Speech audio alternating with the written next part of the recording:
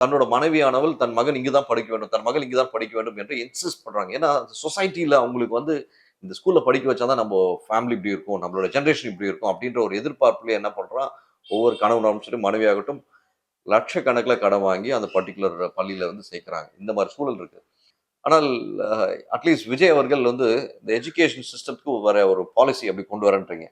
Sir ஏற்கனவே ஊருப்பட்ட education policy இருக்கு sir. ஏற்கனவே அந்த மாணவன்லாம் ரொம்ப கஷ்டப்பட்டுட்டு இருக்கான் சார். திரும்ப திரும்ப ஒண்ணொன்னா புகுத்துட்டே இருந்தா, ஒரு ஒரு ஆட்சி மாற்றம் வரும்போது ஒருத்தன் புகுத்துட்டே இருந்தீங்கன்னா, அவனோட மைண்ட் செட் எப்படி இருக்கும் கொஞ்சம் யோசிச்சு பாருங்க சார்.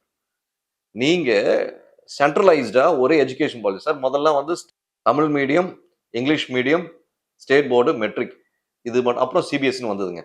இதுதாங்க இருந்தது. இப்போ பார்த்தீங்கன்னா, மெட்ரிக்கு, சமச்சீர் கல்வி மெட்ரிக் ஆயிடுச்சு இப்போ. சிபிஎஸ்சி, ஐசிஎஸ்சி, அதுக்கு மேல ஒரு சிஎஸ்சி. இந்த மாதிரி ஒரு 5, 6 வகையான விஷயங்கள் வந்து புகுத்தப்பட்டு, ஒவ்வொரு பெற்றோர்கள் வந்து எதுல கொண்டு போய் சேர்க்கிறதுன்னு சொல்லிட்டு இப்படி இருக்க சூழல்ல, நீங்க ஆட்சிக்கு வந்ததுக்கப்புறம் புதுசா ஒரு எஜுகேஷன் சிஸ்டம் கொண்டு வர போறீங்க அப்படின்னு சொல்றதெல்லாம் வந்து ஏற்புடையது அல்ல என்று சொல்வதை விட, தயவு செய்து 1க்கு 2 முறை கல்வியாளர்களோடு பரிசீலனை செய்யுங்கள் அப்படின்னு தான் நான் இந்த இடத்துல பதிவு செய்யணும்னு நினைக்கிறேன்.